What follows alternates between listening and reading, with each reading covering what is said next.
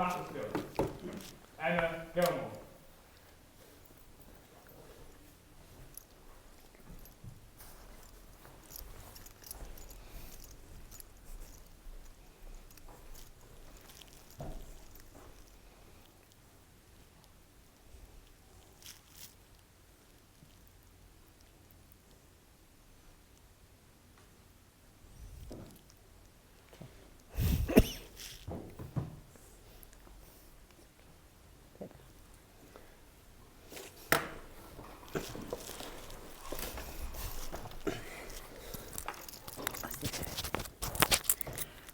Good evening all. Welcome to the full council of Macclesfield Town Council on the 22nd of September 2025. Item 1 on the agenda, apologies for absence. I know we've got apologies from Fiona, David, Sam and James. Is that everybody? Yes. Item 2, declarations of interest. Holler, if you've got any. No. Item 3, public questions. We don't have any, do we? No. Okay. I'm now going to go to item 6, if that's okay with everybody. And we will start with Helen Percival from the police, if possible. Good evening. So I've brought some figures. I've got it from the 1st of June because Inspector Rogers sent some figures through. I don't know where you've done it from. So in terms of our grade 1 data, which is our response to emergency calls, which we have to attend within 15 minutes, the data over 3 months is at 86.9%, and that's 1,751 incidents that have been called in during this period. It's slightly down on the previous figures that were supplied. However, we've had a lot more incidents called through within the summer period. Children are adults off the weather. Our grade 2 data is 85.9% with 1,537 incidents called in, which is slightly down to the previous 3 months, 90%. However, it's still a very good response to the amount of calls that have come through. Our shoplifting data from the 1st of June, we brought 47.5% of offenders to justice. Last week in Macclesfield we had some really good results with prolific offenders who are shoplifting in the town centre, and those were also charged with breaches of their CPA, which is another order they're not allowed to insert in shops. So they were charged and remanded.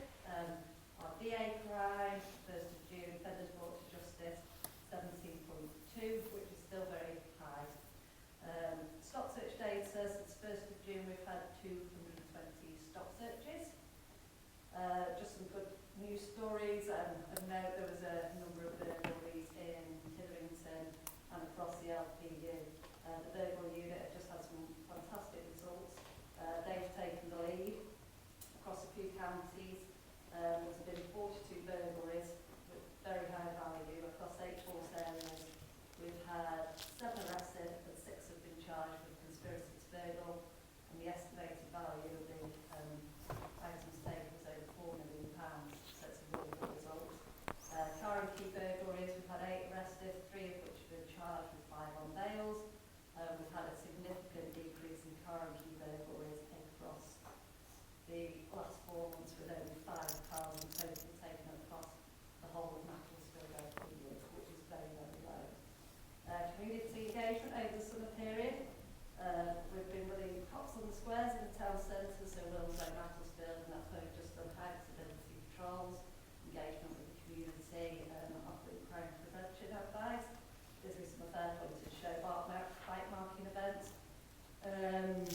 We've had a really good result in response to drug dealing around Park Lane, which was brought up at quite a number of meetings.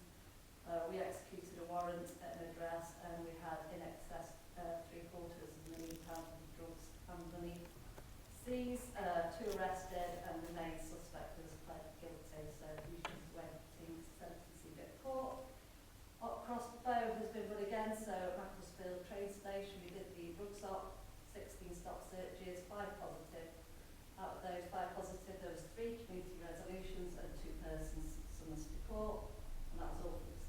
cannabis. And then obviously during this period we've had the true come out, and there was a good result working with trade and standards. A large quantity of illegal vapes at 2 premises in Macclesfield, and receives legal dates estimated at a street value of £2,000. So trade and standards will be taking the lead on that and issuing the fines.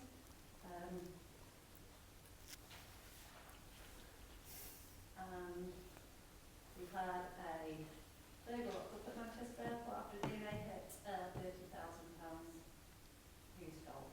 Said that. Any questions? Thank you very much. Have we got any questions or comments? Rick? We're not using them, are we? Sorry. Just a quick question about the antisocial behaviour down by the underpass that I'm aware of. Yeah. Have you got any updates about what's going on down there and where we're up to with it? They've also, well, they've been patrolling whilst they've been on duty. It's also been covered by hot sidelines, which is it's a government initiative that they provided funding for the past year and a half. But the hotspots can change depending on obviously the data that's coming through, so that's getting an extra attention down there. It's not actually my team, but I'm aware that they've been down there a lot and they've been working with partnership agencies. It's been a problem on and off for years, but we have managed to kind of stop a few issues. But I'm aware that there was fires down there and all sorts last weekend. So yeah, hopefully the dark nights might turn them, but it's definitely on the radar and it's getting through up sidelines more attention. Okay, thank you. I just wanted to ask a question about the prevalence of cannabis smoking.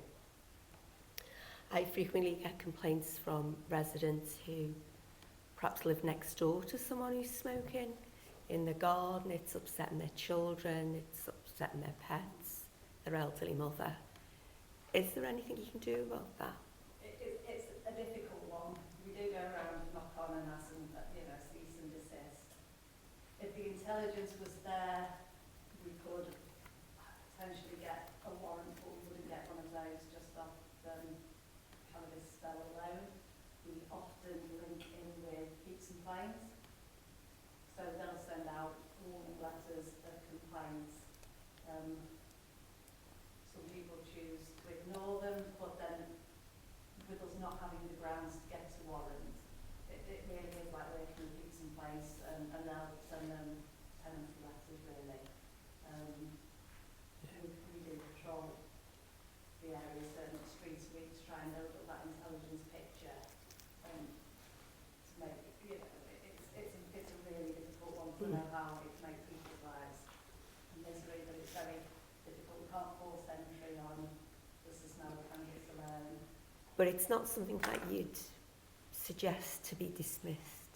Oh no, definitely not. If we get reports through, and we often get quite a lot, we will visit them, and then obviously if it's get in touch with the landlord or heaps and planes, if it's a private property, we advise, but we try and also build up an intelligence picture to see whether it's actually more than just cannabis smoking, and whether we can develop it further. Okay, thank you very much. Yeah, thanks. I work for another housing association, so it would be a tenancy enforcement issue. So we do the same thing. We would enforce the tenancy on the basis of its antisocial behaviour. So just a couple of things. I cover Central Ward, and can you pass my thanks on? So the closure of the property in Bond Street that was causing problems is appreciated, as is the issue dealt with in Park Lane. So just thanks. I think you got there faster than me, because I knew that you shut the property down before I knew it was a problem. But that's the advantage of people, residents making complaints, that we can hopefully build the evidence report. Lovely, that was great. Thanks ever so much.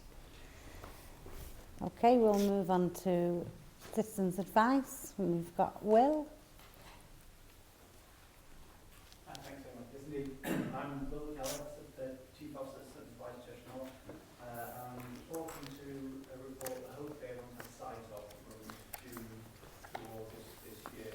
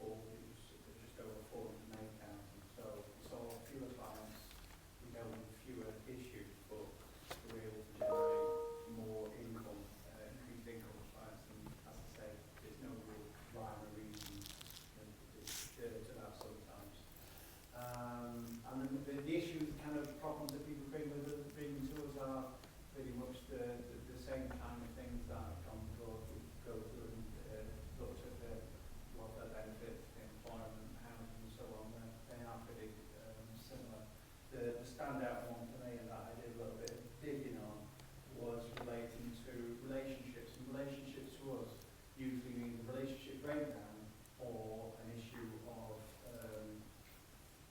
within that domestic violence, even though there's a different head around to domestic violence. But that's why I drilled down into it. And the change there was 112 in the previous quarter to 148. So like I say, when I did do a little bit of digging, the spike there seems to be that there are a number of people, non-UK residents, that are presented to us with issues of problems at home, including domestic violence. And an interpretation there may be that often people who, particularly if they don't speak English, that they'll communicate with other people from similar background. And an interpretation was that maybe one or two people came, got a service that they thought of value, shared that with other people, and then other people may. But that's just one interpretation. Sometimes it's just one of those things that happen with no real rhyme or reason to it. But that's the real change that we saw from the previous quarter. The case studies that I pulled out were trying to move away from all welfare benefits and debt and so on, which of course we do a lot of, and to give more of an idea of the other kind of things that people can and do bring to us. And the other little bit of information that I put in there was the work that we do with the Church of the Resurrection food pantry. Currently we go in there twice a week, and the idea is that we're there whilst the church, while the pantry's cafe is open for an hour, and while the pantry's open, because if people are using the food pantry or a food bank, that's not the single problem that we've got. As I've said in previous reports, that's a symptomatic of a problem, and we got a little bit of money to be able to deliver that, and we're in discussions with Feeding Britain, which is a national fund of these kind of initiatives, through CBS locally, through a chap called Graham Brown, possibly some of you are familiar with, who works for CBS and does a lot of work around kind of food poverty, with a view to us maybe extending that and delivering a more peripatetic service at food banks and food pantries. Going back maybe early this year, we were working with the cafe at Silver on Wednesday morning, but that's a different kind of setup. That there's a lot of the same people that attend that, so we found that we went there and we were there for maybe a couple of months, and then, if you like, it was not our work there, it was done kind of thing, because the people that were attending there, there's a lot of people, whereas at the core, there's a very significant number of people that make use of that. So there's quite a lot of different people with different kind of problems. But if anyone's got any questions, anything that they want clarifying, very happy to do. Thank you, Will. That was great. And I was particularly interested in your case studies this week, because it really shows the varied range of different people and issues that, you help, which is great. Sarah, did you? Thank you. Thank you very much, Will. You're doing some grand work there. I'm really quite interested about, I don't know if you have a percentage or a rough idea, the people who come to you who are claiming in-work benefits. No, I can dig that out. Yeah. That's something, and if you wanted me to in the future report on that, I can do that. But no, obviously that would contain the universal credit element of it, but then it's drawing down, as you say, the in-work element of that. But I'm pretty confident I can do that. That'd be really helpful, because it seems like an oxymoron that people are actually working. Well, it seems disgraceful to me that are working 60% of those in poverty are having to claim, are actually working and possibly claiming benefits as well. I'm glad to hear that you're working with Graham Brown from CVS. I've also been working with Graham on a fruit and veg on prescription. So we're not just talking about with the Macclesfield Care Community. It's in its infancy at the moment, just trying to get some money.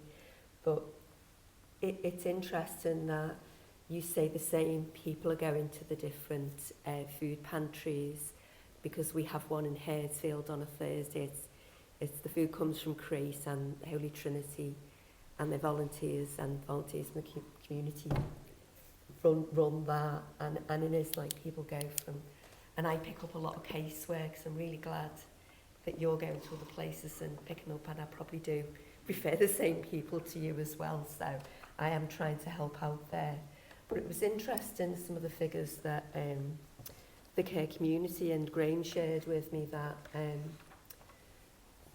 to have your 5 a day, not just to fill a belly, but to eat your 5 a day and eat healthily, it would cost a single person on minimum wage or living in what's described as poverty. It would take 45% of their income to spend on healthy food, and that figure goes up to 70% if you've got children. So in a ward like mine, where almost 20% of children are living in poverty, if you look at Cheshire East, Tartan Rug, and I'm sure there's other ones locally that have got equal number of children living in poverty, that grossly impacts on their, or disproportionately impacts on their life expectations with health, therefore, school, education, housing and so on. So, you know, whilst a lot of people are thinking, oh, it's great having, you know, free bread or whatever, to have those fruit and vegetables there is essential. And if you could provide those figures for next time or isolate them for my ward, I'd be most grateful. Thank you. Isolate them for your ward? If you can. Don't worry if you can't. It's helped towards the lottery bid, so thank you. I don't think there's, no more questions, I don't think. Thank you, Will.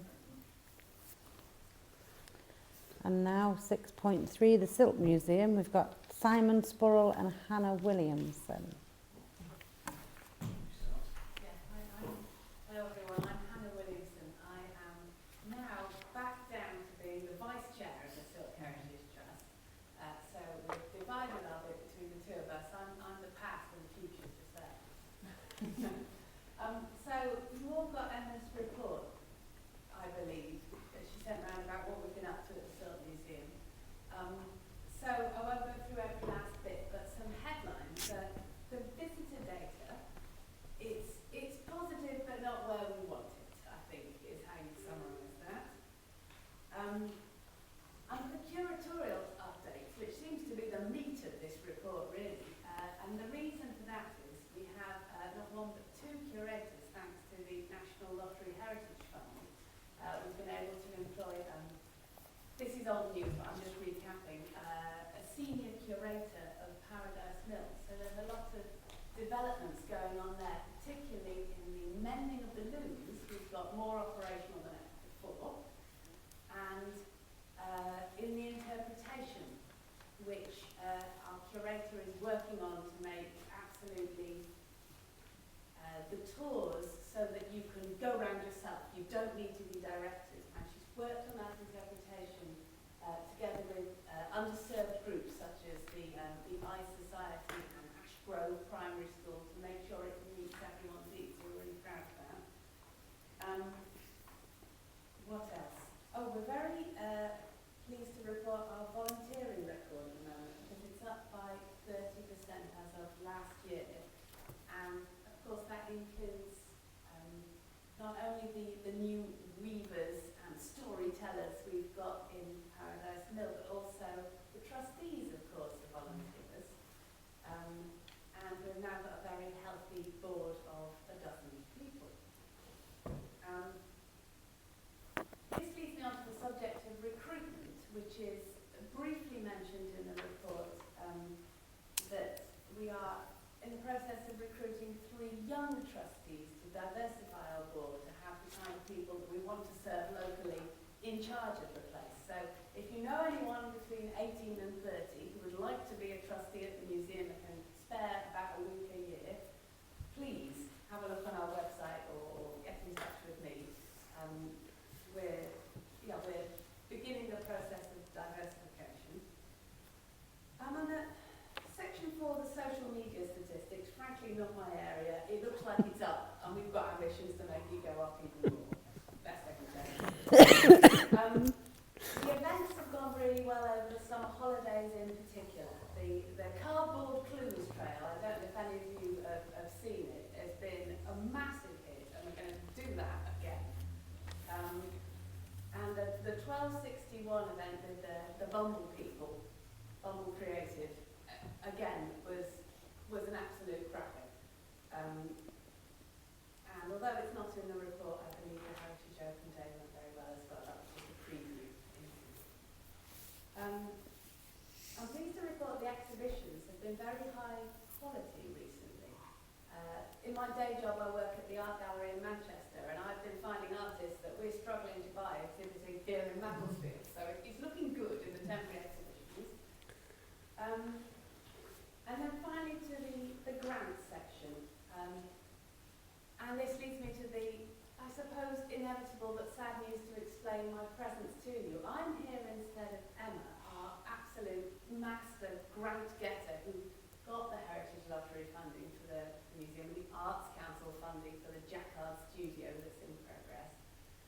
Emma is sadly announcing her retirement. She will be leaving us on 7th of October. Am I allowed to speak things that aren't in the report? Can I just tell you some news as well? Is that all right? Yes. We have recruited a very fine replacement for Emma. So the message is generally that Emma has, I suppose, provided a base of financial stability, consolidated, and now we're looking to the future to grow our Vista figures and better serve the people of Macclesfield. We've managed to snap the director of Mostyn in Llandudno, like North Wales' premier art gallery, who's going to be our new director, and I'm Emma. She'll start on the 1st of December. That's Dr. Claire Hardy, who will probably be reporting next time to you. So if you're in tune, you have them. And that leads me to our other big recruiting news. Let me introduce, some of you know him already, Simon Sparrell, who is our new Chair of Trustees, which is why I'm back down to Vice Chair. Thank you very much. I'm learning fast. I've only been in this the position of board officially for about a week, so I'm just sort of gathering speed and learning every single day. Actually, I've been to educational sessions and sort of hoovering up the information is there. I'm a lifelong Maxonian entrepreneur. You could call me actually several Macclesfield businesses, including, I think everybody knows the most famous one, Chester Cheese Company. I really got to a point where I sold Chester Cheese Company, still on ITG Technologies, just about, that's an MBO at the moment, and became semi-retired. I thought, well, I need to give something back to the town that raised me, and although I have, as Mickey mentioned, disappeared over the border slightly, I'm only in Rushden and Spencer, so I've still got a Macclesfield address and postcode. So there's a lot to do with the raising the awareness of the museums and the Silk Heritage Trust, and that is something I'm pretty good at. I'm really good at actually sort of making a lot of noise in social media, IT terms, technology marketing, and that's really the bit that I've been handy really. That and creating some sustainable commercial revenue, some revenue that will self-fund and and grow with looking at the pattern books at the moment. That's something that I think there's a great opportunity for as well. So lots and lots to do. Just finding my feet, and I'll make sure I come back and sort of report to the council on what we're doing and how we're getting there, and obviously help to raise the funds that we have available to us. Okay, thank you. Oh, that leads me to look at my notes and realise I forgot to say, sorry, the team are going to try and connect to the council. Well, not try, they will be connecting with the council as part of our ongoing stakeholder consultation as we go through the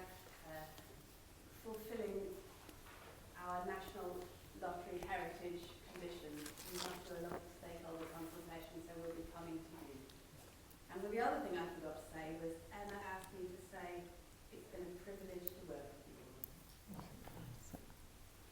you. Oh, thank you. Any questions or comments? Sandy? No questions, just a comment. I think I agree. I think having the art, that studio space and the art exhibitions have been really high quality. So we are fortunate to have such an artistic community here, despite what might have been said in the press 20 years ago. I think that's just a lie.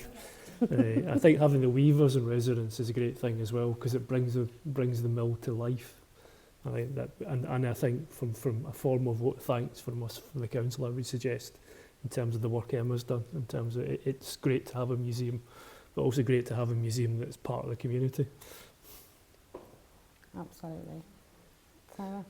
Yeah, I couldn't agree more with my colleague here, and you do a grand job. I'm just thinking, with the opportunity that devolution will bring, is there ways of linking up with, I think I've asked this question before, with other museums in Cheshire and Warrington, also to add more focus to Macclesfield as an area, because we're not just famous for silk, we're famous for deck chairs, for parachutes in the wall,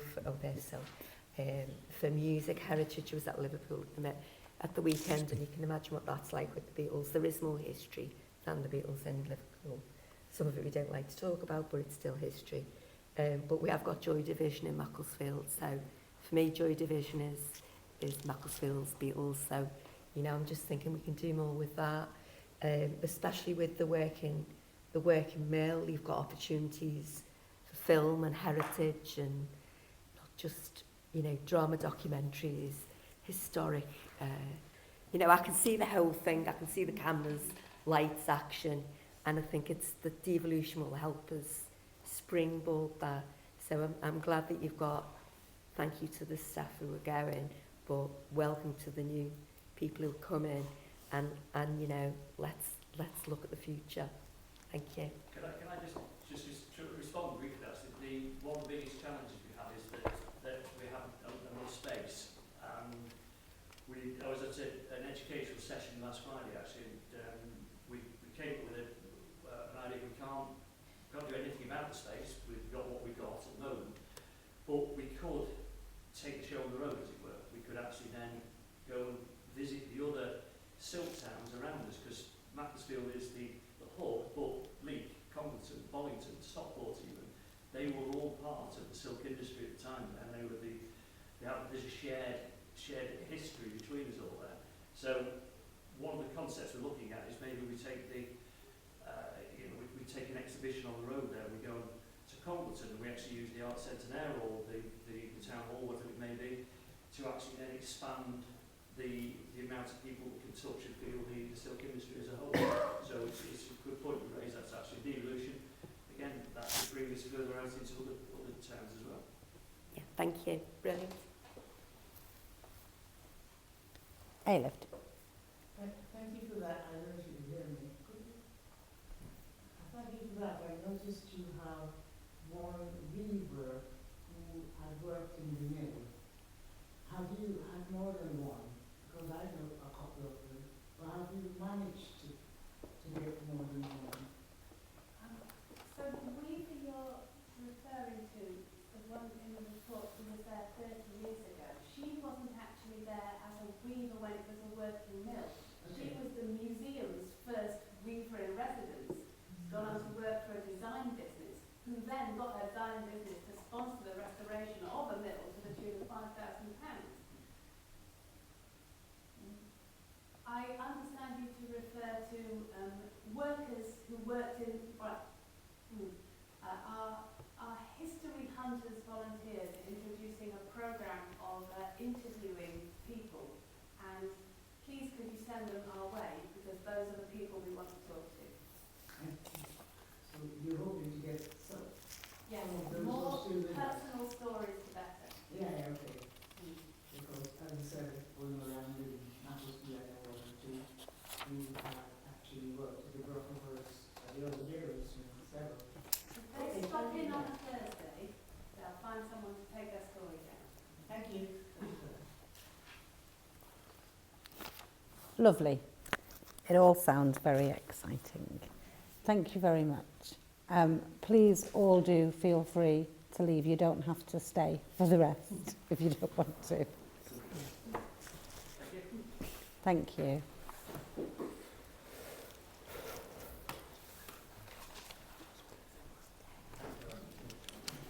Thank you. Bye bye.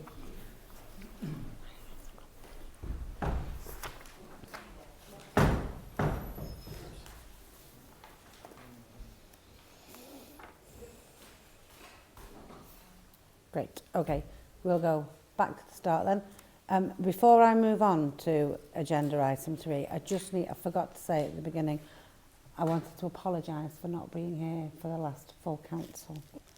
I did send my apologies, but my flight home from my holiday got cancelled, so I was stuck. So I'm sorry. Agenda item number 3, minutes of the full council meeting on the 28th of July. We need to approve these. Could I have a proposer? Thank you, Sandy. And a seconder? Thank you, A-Lift. All those in favour?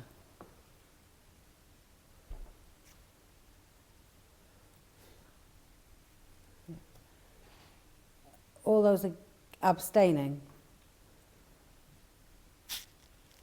3. Fab. Is there any matters arising from the minutes? Tremendous. Thank you very much. All good.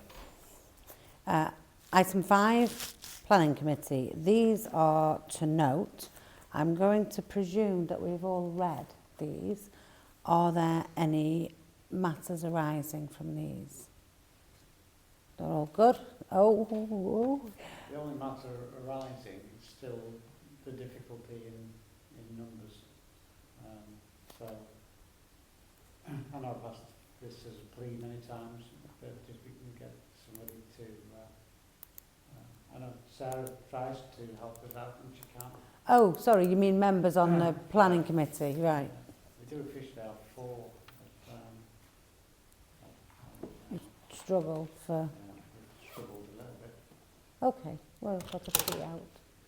Just one thing to note, that when the planning application for the Greenfield land site in Presby Road was determined by Cheshire East, I think the wording that was used was fairly similar to the wording that the planning committee from the town council gave them, if I read it, in terms of the reason why that was rejected. So I think maybe shows that it's worthwhile having the work of the planning committee. Absolutely. Absolutely. Are we happy to note? Fabulous. Okay, we've done 6. 7, governance review. Would you like me to pass to you? These are to propose, second and vote on.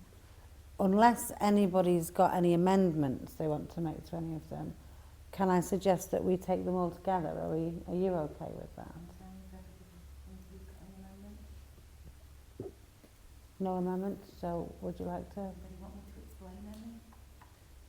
Has anybody struggled with any of them, or are we okay? Oh, go on. Can I just make a comment, please, just to say thank you for the hard work that the town clerk, Laura, and the rest of the team have put into writing these difficult policies. They're not exactly bedtime reading, but they do comply with financial regulations and the law, and I think so everything is above board, and I just say to people, there is no, well, we get our papers in brown paper envelopes, but that's all we get is stuff to read. There's no money in a brown paper envelope, and we've got the policies to prove that. So please stop saying that on social media. Thank you. Nothing to do with Mason Son. Well said. Thank you. Would you like to? No, okay. All right. Could I have a proposer, please? Thank you. And a seconder? Thank you. All those in favour? Unanimous. Fabulous. Item number 8, notice of conclusion of audit 24-25. This is just to note, Laura, again I'm going to presume that everybody's read all the papers. Is there anything you would like to say? Just to note that on the bit where it said if there was any issues, it was nothing there. So there was no issues, it was all good. So internal and external audit. All good. And thanks to Amanda and all the councillors who helped with the checking and signing, etc. Thank you. Seriously, thank you for all your tremendous hard work. It is very much appreciated by all of us, and we do recognise how hard you work and frankly how fabulous you all are. So are we, can I take it that we're happy to note? That's noted. Lovely. Item 9, Town Council Champions. To approve the proposal for a school liaison champion. This is me. So exciting. This is after talking to town councillors from other towns where they have school liaison champions, and I just thought what a fabulous idea, and particularly for me because my year is about children and young people. Anything that we can do to engage more with the young people of the town can, in my eyes, only be a really positive thing. And actually, I was sat in a meeting, a Cheshire East meeting this morning, talking about localities and the different areas and how children and families work is done. And they were saying that they are really keen to work much more closely with town and parish councils. And obviously I was saying, well, you need to start with us because, you know, we're fabulous.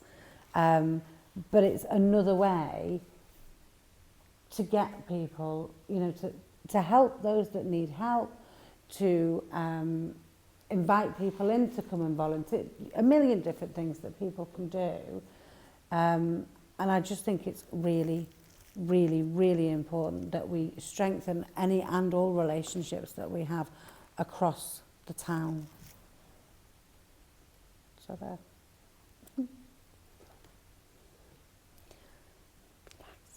Yes. I think it's a really, really important job to do.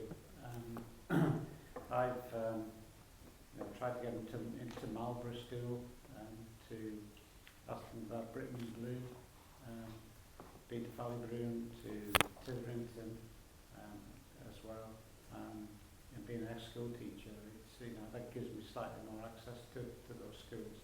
But in order to get a voice of the young people, it'd be much easier if we had a school liaison officer, because that gives a face and a contact, and that's what you need really. Sometimes if you just suddenly think, oh, we want to consult the young children in school, then you're going through a laborious process quite often to arrange a time to get in there.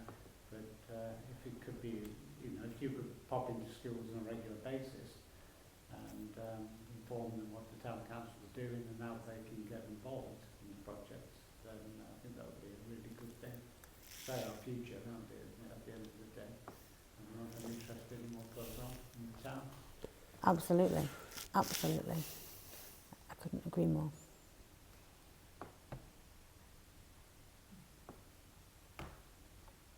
Did you want to? Yeah, just to say, I think, especially being on Cheshire East as well as the town council, the place is really important, especially with the children and children's wellbeing bill, and the focus on families first, and councillors as well as town and parish councils are going to be at the hub of that. You're absolutely right. I'm glad you need to be meeting on that. But yeah, absolutely that we know our people, and I think Emma would make a great liaison officer. She's all about the kids. Thank you. And I just would like to clarify, I'm not suggesting that we don't already, within our wards, know our schools, but I know the schools in my ward. I don't know necessarily the schools in all the other wards, and I just think it's really important that as a whole, we know. We know what's happening, we know what's needed, we know where we can help. So, fab, thanks.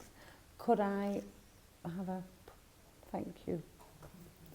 And could I have a thank you, Mike? Sorry, can I ask a question? Yes, of course. With the idea, have you asked the school if they want this, or have you already got how you will approach this, or is this just the beginning of the idea? This is just the beginning. I mean, I already have kind of probably a diluted version of this with the schools within my own ward, and I've been able to develop relationships with them, but I want that to be, and it didn't, I have to say, I didn't propose this with the idea that it had to be me. It's very nice of Sarah to say that, but I wasn't stealing it from anybody. But I want to be able to grow that relationship, both within the schools in my ward and the rest of the schools in Macclesfield. There'll be similarities and there'll be differences. And I think it's really important that as a town council, we have an overview of that and an understanding, because the schools in our town are very different. And I think it's really important that as a town council we recognise and understand that, and then do what we can to assist. I mean, I'm sure there'll be loads of things that we could do. There'll be loads of things that we've got access to, you know, that we've not shared. I just think the more we share, the more information. Knowledge is power. Can I ask, so it's not commenced, has not yet commenced? No. That program? No. Okay. Yeah, so this was coming here to ask nicely if we could do it. Okay, I've completely forgotten who you proposed and Mike seconded. Can we go to the vote, please? All those in favour? Sorry, Chair. That's okay. Will this be a number of people or one person? I think in... One person here, that has a number. Is it going to be one person from the council or a number of people? Just the one? Yeah, I think in the first instance, in the same way that any champion is just one person, isn't it? I mean, it may be that it becomes a bigger role and more people kind of join in, but I think in the first instance, just one person. Okay, thanks so much. Okay. So, yeah, unanimous. Thank you all. Item number 10, South Park Pavilion update report. This is just to note, but Sandy, would you... Yeah, so last meeting we agreed to pause on the basis of still waiting for leases and licences from Cheshire East and the cost of the building. We have made some progress on leases and licences from Cheshire East. It is progressing slowly, but it is progressing. We still don't have them, but we see some light at the end of the tunnel. I'm not going to predict the date at which this will actually arrive. In terms of the actual building, the design team have been guided or instructed, probably closer, to look at the building design, to simplify it, to make the building lighter, which means that the foundations will be less expensive, and to fully design the mechanical and electrical systems out so that these are then known. So that is being progressed. Signs of it heading in the right direction. I had the clerk and I have a meeting with them on the 17th of October. We will have an update. So that we are beyond, so having made those changes, we would submit a non-material amendment for planning. So hopefully it's seen as non-material, which means it will be quicker. Right, so all of that heading in the right direction, hopefully with a conclusion for the council meeting in December. Okay, but positive, I would say. Thank you. And I know you've done loads and loads and loads of work on this. So I thank you. Thank you. It felt like a bit of a thankless task at times. I understand that. But hopefully, if you can see some light at the end of the tunnel. I've taken the decision to be more directive. Yes, good idea. Any questions or comments? Yes, Mike. Yeah, just when I was reading through the report, it said that we're going to extend our loan facility to June 2026. When do we anticipate the build to start? So we would anticipate all of this running together, that we would start, or we would certainly have a contractor with a price agreed before that loan needs to be drawn down. So I can't guarantee it'll have started physically. Yeah. We should be in a position to have a contractor appointed with a price agreed in advance of that date. Thank you. That's everything. Thank you. Lovely. Item 11, parks and play areas. Laura? Yep, these are just all the updates on the parks and play areas that the Town Council has commissioned work given grants to Cheshire East for. So there's the two Titherington ones where work is in progress. It is.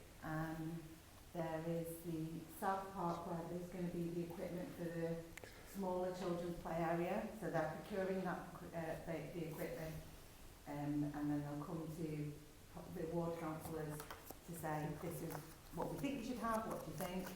And then in West Park where the showstopper will be planning permission was submitted today, it should be on the portal today. It is. Yeah. I've got a notification.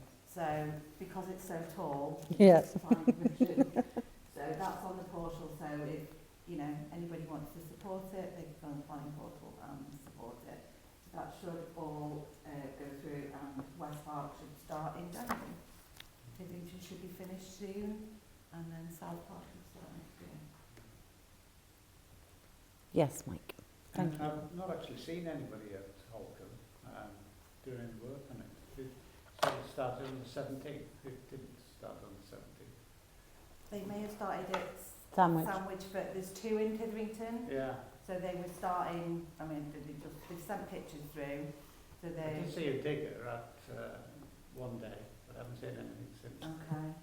okay. They have certainly been doing work on Sandwich So they might be doing Sandwich first. and then moving across. Yeah. Have we got details of what to do? Yes. Yeah, I think it was on one of the four councils, maybe June before that. I can dig it out. Yeah. Thank you. Great. Can we take that as noted, folks? Fabulous. Item 12, again it's you, sorry Laura, Town Centre Regeneration Working Group. So yeah, this is Councillor Livingston and Wilson. Councillor Wilson is the chair of this, but she's not here. So at the moment, obviously we've had the summer period. The last big agreement was to fund the bid feasibility study. So Matt Means Business have a meeting on the 24th, which is Wednesday, where they will formally agree to our grant agreement, and then we can move forward with the Business Improvement District feasibility study. I think that's the main update. Of which we'll be involved with that. Did you want to add anything? No, we are moving forward. One of the things that we'll, through the town clerk, offer support with for Mac Means Business is consultation with some of the local traders within the town to help them understand what the proposition is and what the opportunity is, which is it's the opportunity to do things that are in addition to what the town council does, but also to raise funding that we wouldn't be able to secure. So there's a bit of consultation needed. I think there's still a bit of lack of clarity in some parts about what this will bring.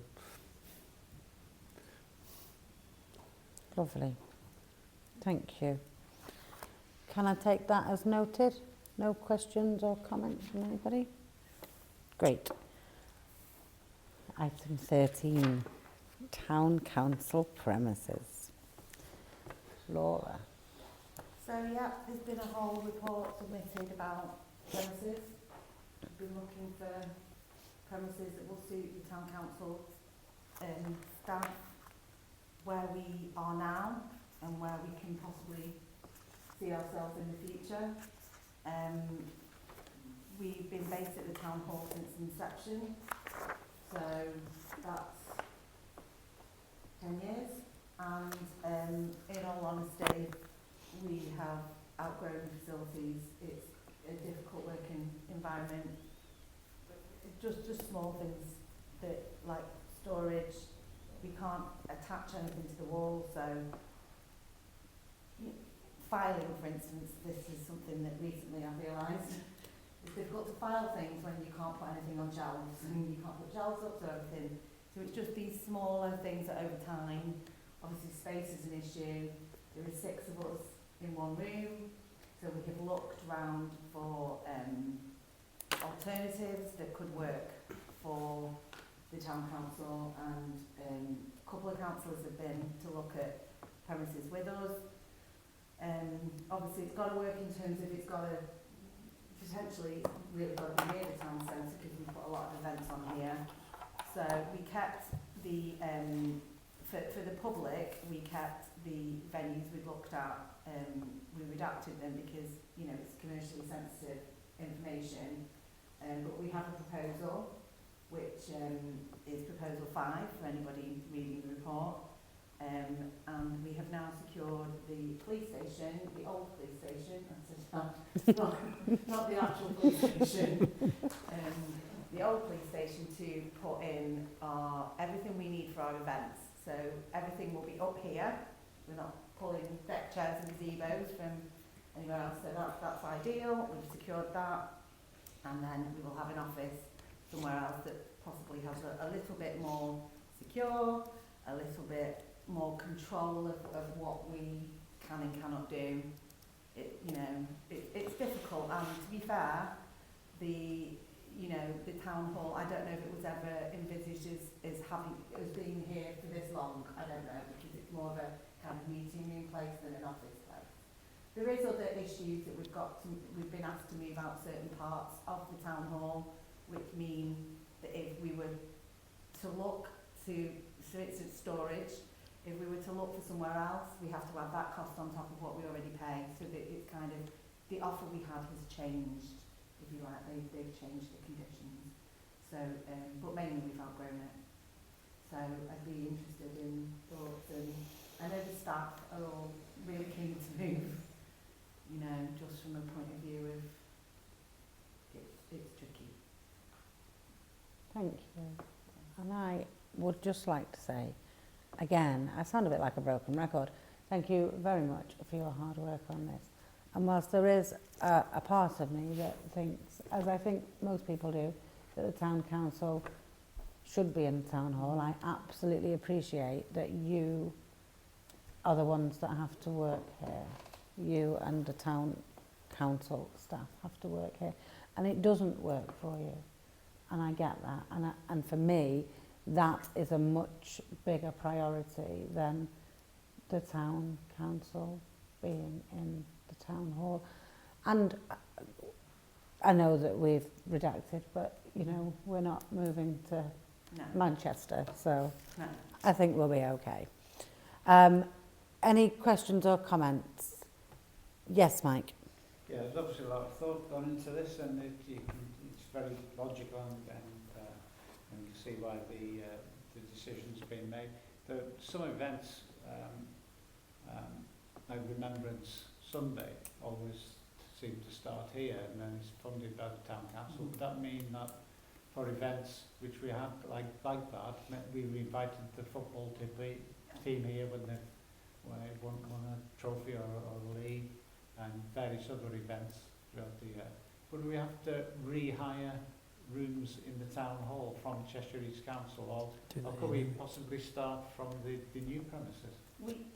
Everything is open to thinking about, because we would then just be renting a room. So we would just be wherever that room is. The only thing about our new premises is it's 2 floors up and it's more of an office than an event room. Yeah. But for instance, if we decided that we could rent the URC church, you know, I don't do events, so I don't know why they're like that. But yes, I think there is options. For instance, we would like to hold services, finance and planning in the new offices, which would save us £2,000–3,000 a year from renting the room here. Yeah. And I think, you know, that there's off tube, but then something we might want to rent here. So theoretically, we could start Remembrance Sunday from St Michael's. We could. Did you want to come back on I that? just wanted to clarify that when we use this room, for example, for Remembrance of the Team Conduct, we do pay to rent this room. Yeah, we are now. Yeah. Significant amount. Yeah, I was just clarifying. And we also pay, if I'm correct, to shut the car park, to close the car park behind for the parade to get together.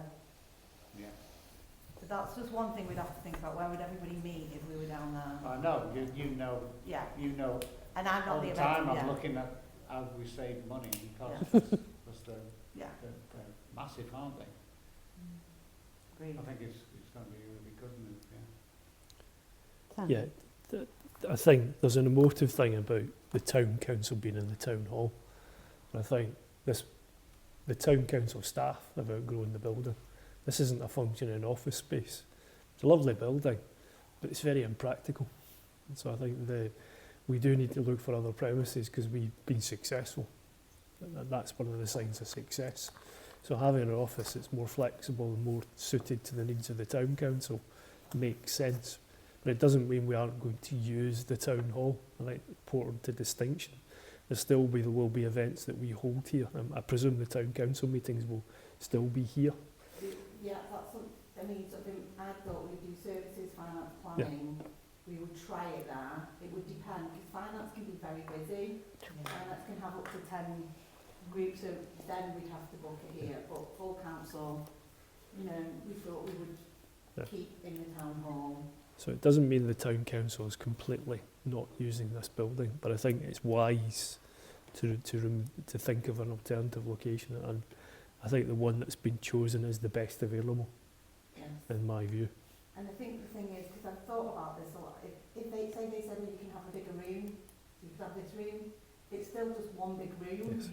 There isn't any walls or... It's not a functioning. It was never built for that to deliver that. It was a grandiose statement at the time it was built. It's a lovely building. It might encourage your colleagues in Cheshire East to look at what it actually could be as a building. So I'm supportive of this.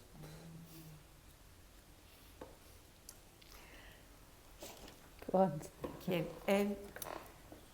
I will be sad to leave this building, but I'm quite sure that we will come back for events. Yeah.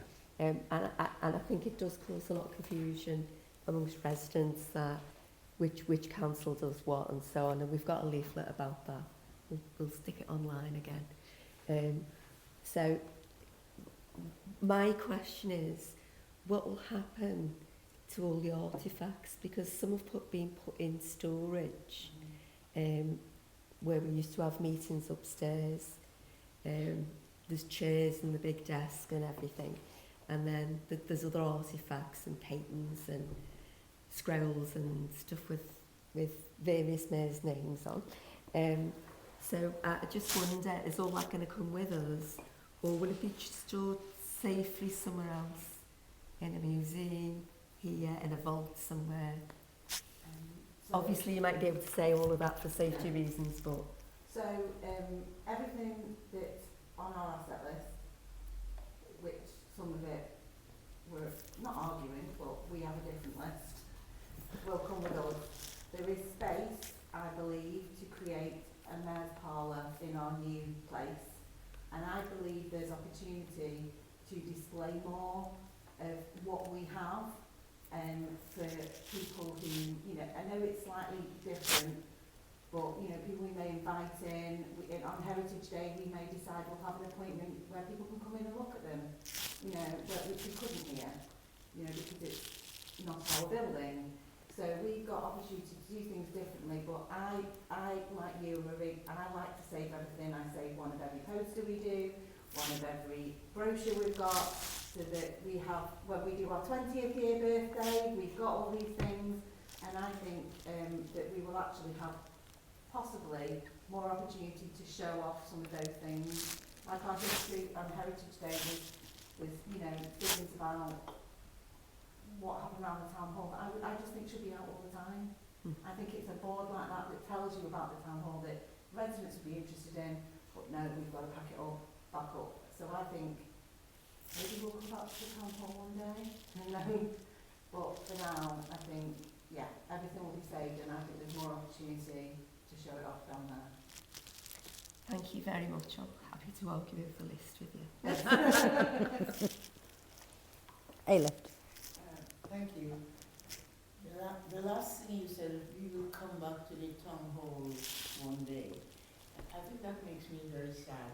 Have you, and I guess you have, but have you made a case with Cheshire East that they ought to have reduced the rent so much that you have no need to go? You have? The issue isn't the rent. The issue is not the rent. I think the rent is reasonable. I think what they charge, and it's actually a service charge, it's not, the issue isn't money, the issue is we don't fit in that room. And for argument's sake, if they said have this room instead, it's still not, it's just a big room, there isn't any divisions, there isn't anywhere, we're not allowed to put anything on the wall, the internet regularly fails. Over 5 years, Ailey, believe me, they know how we feel, and access, but people come in and out our office, we don't know who's coming in, they just appear in you know, nobody warns us, they just walk in and walk up.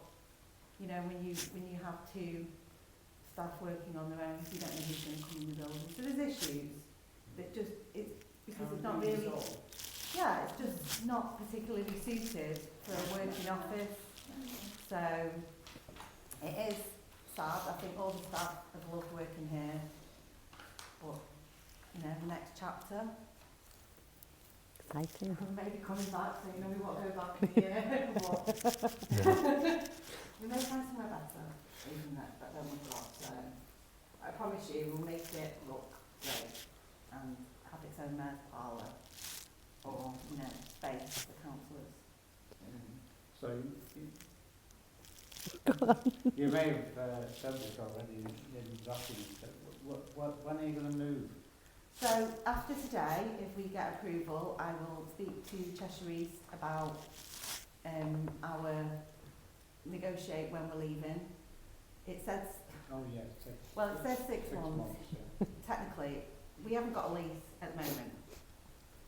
So if you revert back to the last lease, that reverts back to the lease before that.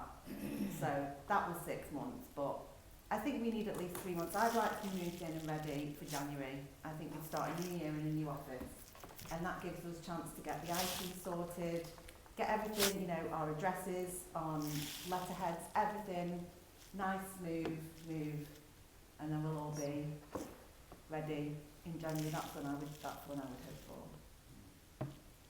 We've already paid the rent for this year, so we'll have to get some back, hopefully. Fast fibre broadband has reached my home today. Well, it does make a difference. Exactly. So, and also, part of the issue is if the broadband goes down, we have to speak to somebody at Cheshire East, who we pay £2,500 for IT support, who is in a school in Sandbach, who says, oh, I can't get there till next Thursday. We'll, you know, so we can then, and I can understand why it was set up like this, it was, you know, at the beginning.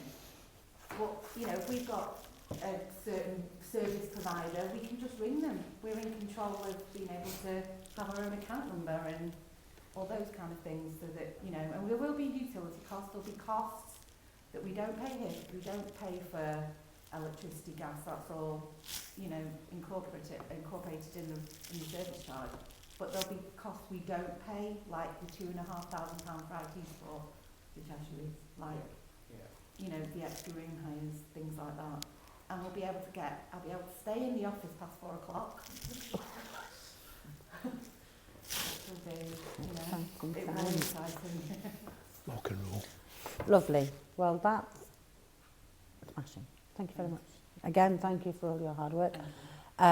So we need a proposer and a seconder on this. Can I ask if anybody would like to propose? Oh, well, you're all very giddy. I'll propose. You propose to move to venue 5? Yes. And would you like to second? I would love to. Fabulous.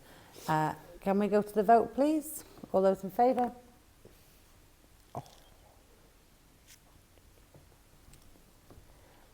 All those abstaining? No, I did put my hand up. There's nothing to be done, so, yeah. Are you Voting in favour. in favour? Right, okay.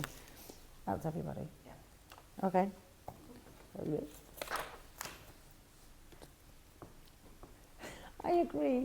I agree, Sarah. Item 14, the floral contract. This is to approve the procurement process for a floral contractor for the town centre. Who is going to talk about this? I mean, I'm going to presume that people have had a look at it. Very straightforward. Has anybody got any questions or comments regarding this? Two councillors, to be honest. Yeah, I've got a call out for 2 councillors to be on the panel for the floor. I'm happy to be on the flower committee. Okay, is there anybody else?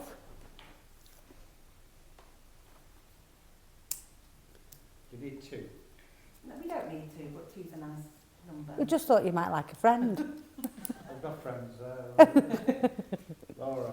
And the lead ranger's on it, which is really important because knows stuff. He does, he knows good stuff. Have you seen those planters in Titherington? Smashing. Well, we'll say Mike and then we'll try and find you another pal to go with it. But I need a proposer for this. And thank you. And a seconder. Thank you. Can we go to the vote, please? All those in favour? That's fab, thank you. Item 15, UK SPF funding. To approve the budget for the UK SPF funded project. Did you want to say anything, Laura, or? Just that over the next couple of weeks, Abby's taking the lead on this. She's working very hard on this, getting different businesses involved, having workshops. We're having a very exciting installation stroke trail, which we have not revealed yet what it is. But this is just to approve the budget so that I don't have to come back every time saying, can we spend this, can we spend that? And very grateful. Well, Cheshire East Council, UK SPF, there wasn't a lot of money, so we did very well to get it. Very pleased. And just to approve the budget. Fab. Very thank you for being tremendous again, as always. It's get a bit boring. Very exciting now. I am very excited. Are there any questions or comments, Sarah? I can just say I'm bursting with excitement on this. Absolutely bursting. I've been to a couple of these types of installations in different towns. I went to one, it was a snow dog in Buxton. And I did go around the trail, even though it was cold and wet and windy, and took a photograph of every snow dog and bought a present for my daughter for Christmas. So I absolutely can't wait for the big reveal of what creature or character we'll have. I'm just a big kid and I love it. So I can't wait. It'll bring footfall into the town, it'll bring tourists, it'll be like children and adults alike, and I can't wait. That's, So happy to propose. thank you. Do I have a seconder? Thank you. Can we go to the vote? All in favour? That's unanimous.